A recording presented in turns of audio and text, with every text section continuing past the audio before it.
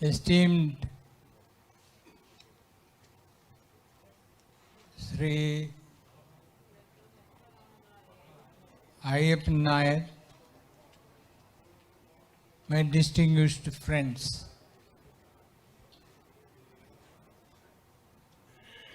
സത്യം പറഞ്ഞാൽ എല്ലാവരും പറയുന്നത് കേട്ടപ്പോൾ എനിക്കിതേക്കുറിച്ച് വിവരമുണ്ടെന്നുള്ള ഒരു ധാരണ ഇവിടെ പരത്തിയിട്ടുണ്ട്.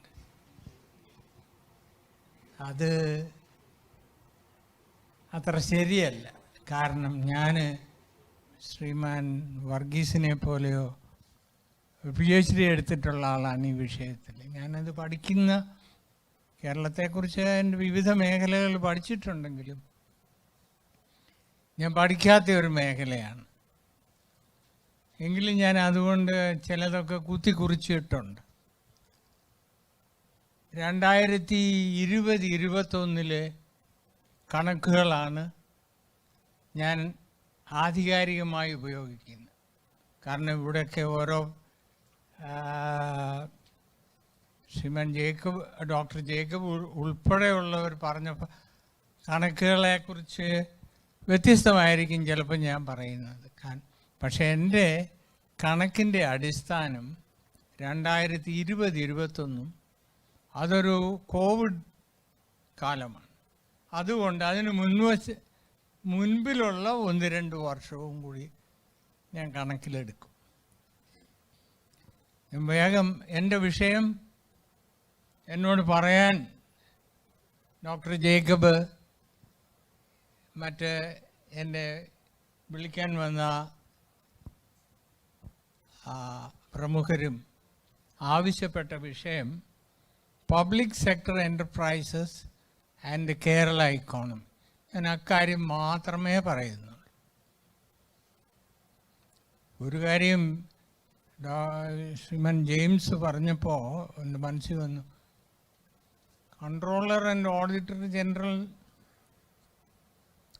ആരും ഗവനിക്കുന്നില്ല എന്നുള്ളത് സത്യമാണ്. പക്ഷേ എൻ്റെ പഴയ സുഹൃത്ത് വിനോദ് റായ് കൺട്രോളർ ആയിരുന്നപ്പോൾ എല്ലാവരും ശ്രദ്ധിച്ചു. നിങ്ങൾക്കറിയാം.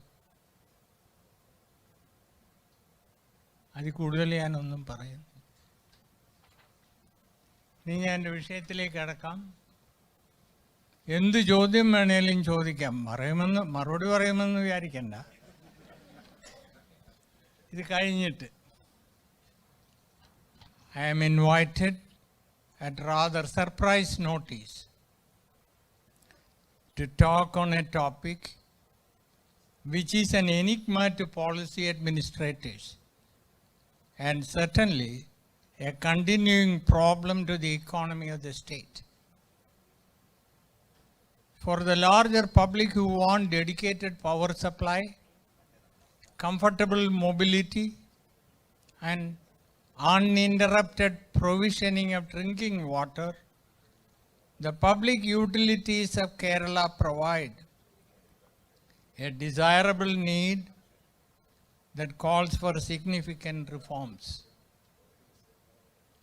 Besides the 3 public utilities, KSEB, Kerala's KSRTC, and KWA, Kerala Water Authority, there are 150 public sector enterprises in 2021 whose production range from liquor to cashew to tourism. That the total PSCs of central government is only 366 shows that this small state of Kerala has a sizable number to manage.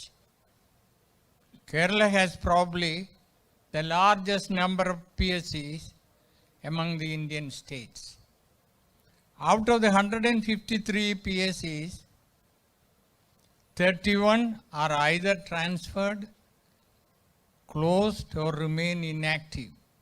The effective number is only 115, with an increase of 10 compared to the previous year. even though the state was in the debilitating grip of COVID-19 during 2021. The total employment also grew during the period from 1.29 lakhs to 1.33 lakh. Apparently, an unusual phenomenon in a health crisis context. In 2015, exactly 6 years ago, the total employment reported was 1.3 lakhs for 96 PSCs. In this brief talk, I raise 3 issues. 1. What contributions do these enterprises make to the Kerala economy? That is my topic. Number 2, are they performing well and moving on a sustainable trajectory? And 3, indicate the broad contours for some reform. Let me make it abundantly clear, which I also said already, that my observations are impressionistic and anecdotal. Reliable data. A reliable database is not only the handmaid of good policy making, but is also a powerful tool for prudent public scrutiny. On this score, PSCs have been a big failure because in 2000, I say this because I think it is James who said that 11 years lag or something like that. The latest year for which data are available, only 19 PSCs were up to date in furnishing audited account. The arrear lag ranges from 1 to 6 years, not 11, maybe 11 years, he is correct. You are right. In my comments regarding the contribution to Kerala economy, I do not entirely rely on 2021, but previous year also.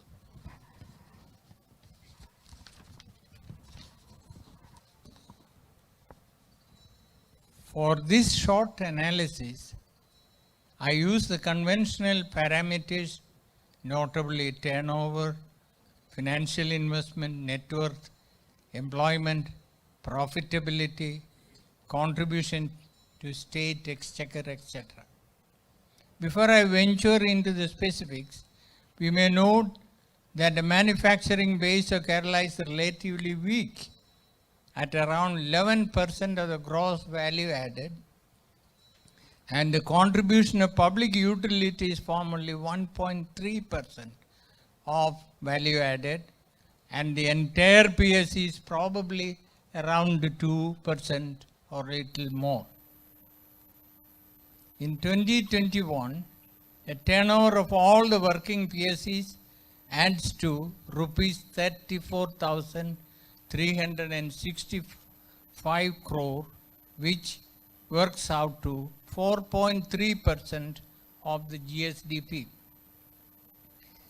This is rupees 2,119 crore lower than the previous year, and certainly is a huge fall, even though it was a pandemic year, because the employment increased from 1.2 lakh to 1.33 lakh, along with a substantive increase investment by rupees 4,535 crore to make a grand total of 67,619 crore and not 20,000.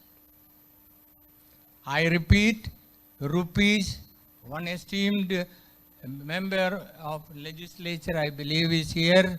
He should know that the total grand total is 67,619 crore. This is financial investment. More instructively, It is important to note that the average investment per employee increased from rupees 48.84 lakh during 2019-20 to 50.7 lakh in the pandemic year. But the average profitability per employee was a negative sum or loss of rupees 76,000, which increased to a fabulous sum of rupees 4.54 lakh per employee, an increase of 6 times in a year. That the loss per employee in 2015-16 was rupees 1.04 lakh, and continuing that demonstrate a worrisome trend. Worrisome for whom, I don't know. A growing negative return on investment is a sure road to disaster. This can be sustained only at the expense of the taxpayers' money. The return on investment in 2021 was a negative minus 15.8% per annum. That in the year the government gave grants and subsidies to the order of rupees 4,697 crore by the state government and rupees 1,655 by the government of India cannot be forgotten.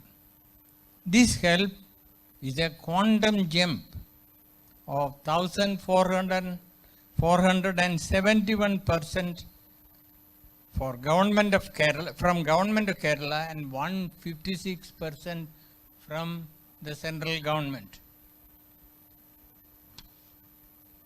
There was also a 234% increase in the budgetary support from the government of Kerala to the tune of rupees 7,066 crore, mind you, compared to the previous year. Indeed, this huge leverage was to succor the enterprises to stay alive. This is surely an imprudent utilization of taxpayers' money while fully recognizing the pandemic crisis also. The ongoing net worth erosion of PSEs is very disturbing.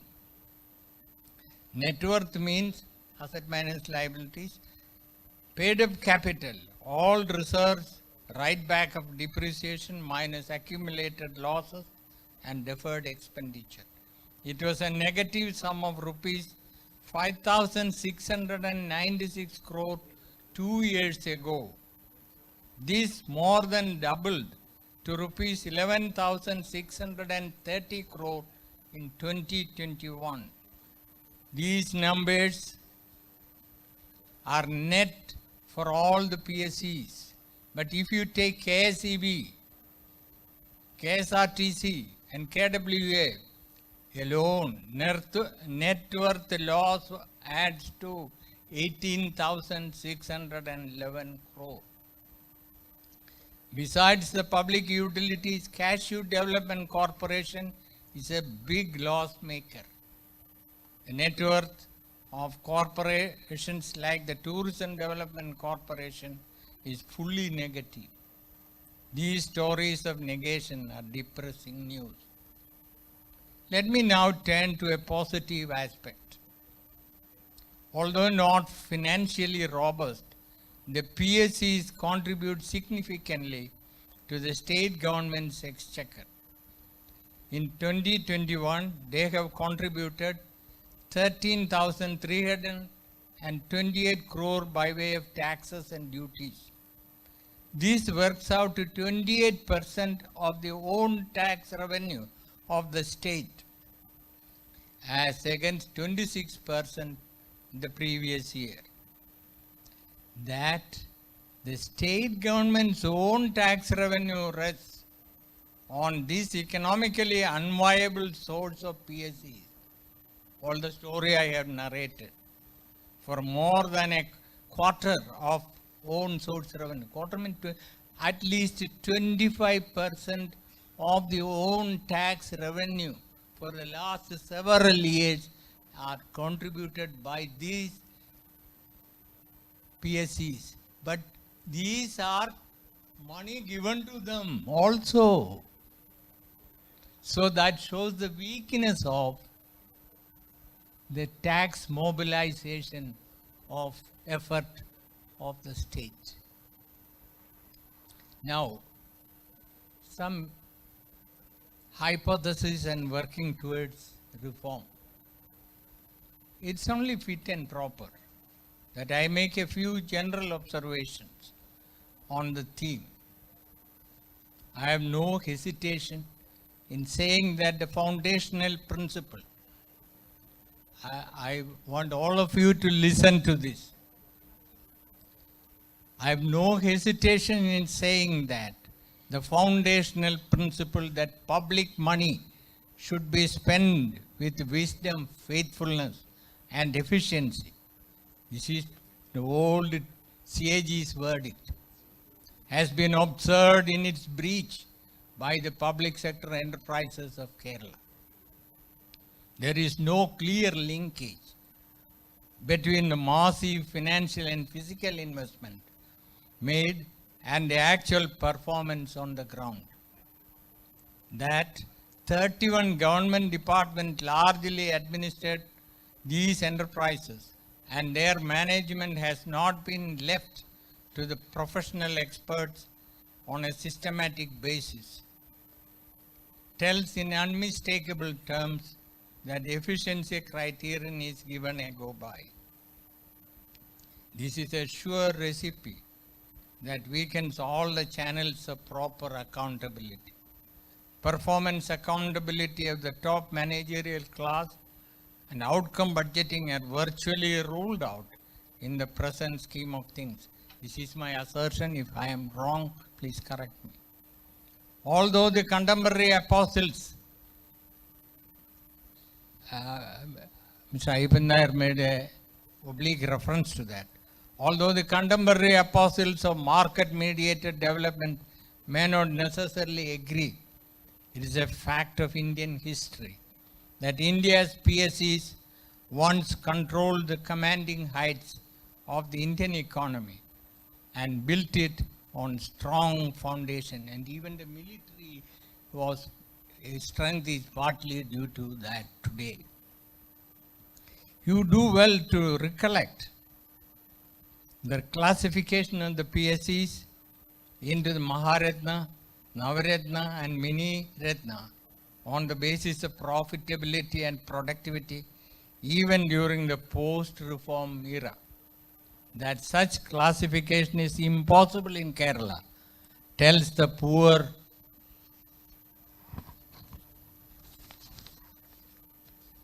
performance story that I have outlined.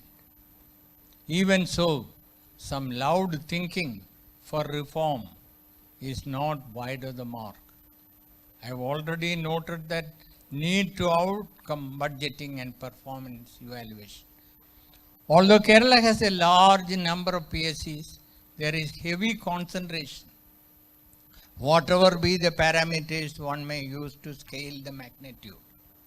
So concentrate on that. Nearly 80 units have a turnover below rupees 80 crore. KSEB alone account for a turnover of 42%. Kerala State Civil Supplies Corporation, Kerala State Financial Enterprises and Beverages Corporation along with KSEB account for 73% of the total turnover. While power supply and provisioning of essential commodities have important social objectives to perform, the production and sale of liquor and chitties are not the priority area of any good state. It is a matter for consideration whether the government should step into areas that do not promote common good, spread effects, backward and forward linkages, and so on. Kerala people have an unusual preference for public sector jobs, Sarkar Joli. The Sarkar service being the single largest provider with PSCs closely following. KSEB, KSRTC, KWA, the three account for 52% of employment. The third largest employer is the Cashew Development Corporation. We know that once upon a time, cashew nut processing was a leading private sector enterprise. Tangal Gunj Musaliar's nuts were famous in California. Those who have gone to America those times know that. The third largest, I said that. Today, in regard to the negative net worth, next to KSRT and KSEB comes the Cashew Development Corporation, followed by the Civil Supplies Corporation. These four enterprises account for rupees 26,420 crore of net worth loss and occupy the top position. Not only that, instructively, these four enterprises make total cash loss of rupees 2,813 crore. They alone. Can any private entrepreneur, surely not even Elon Musk, would venture to bear such cash loss, which add up to nearly 5,237 crore for all the loss-making units. The cash loss was 2.5 times bigger than that of the previous year. We may end this negative narrative with a brief look at the return on investment. Kerala has invested rupees, I repeated already this, 67,619 crore in 2021. 10% increase compared to last year. Investment is around 8.5% of the GSDP of the state. But the total return on investment is a negative 15.8% per annum. The largest share of negative return is accounted by the KSRTC and the Beverages Corporation. Beverage Corporation may pick up this year. For the three public utilities alone, the loss is over the order of 1.67 lakh per employee. In sum, let me conclude. We can firmly conclude that public money has not been spent with wisdom, faithfulness and efficiency as far as the management of the PSCs go. A state has the obligation to provide dedicated power supply, drinking water, and several such public needs. Provision of efficient road, infrastructure, and transport system is also important. Similarly, there is a need to provide essential commodities at affordable prices in a democracy. I need not remind this audience that Kerala has a unique distinction in providing essential commodities at fair prices for several years now. While these public provisioning is a social rationale, they have no economic rationale either. They are poorly managed and calls for significant reforms in taking good, bad, and indifferent entities on your shoulders. One cannot say that it has served the common good admirably well. It is high time that the state realizes that Reserve Bank of India has marked Kerala as one of the most fiscally vulnerable states among the five. The state has to realize that PSCs add significantly to its fiscal pathology. Unless this is done, it is difficult to initiate reforms. You can take the horse to the water, but however much you try, you cannot make it drink. Thank you.